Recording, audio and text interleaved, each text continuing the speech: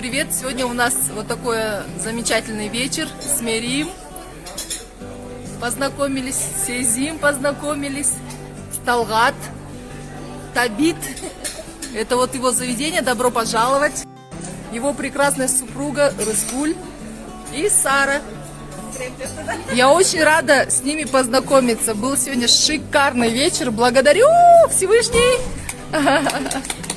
И моя Меришка. Придумать фишку сразу. Сходу прям.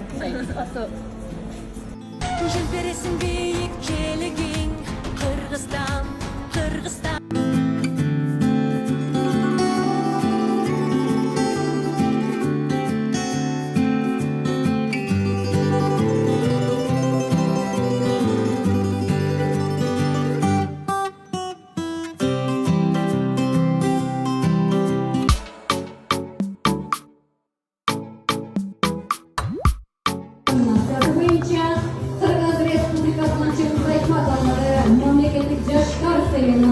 Laureatı Cumanızda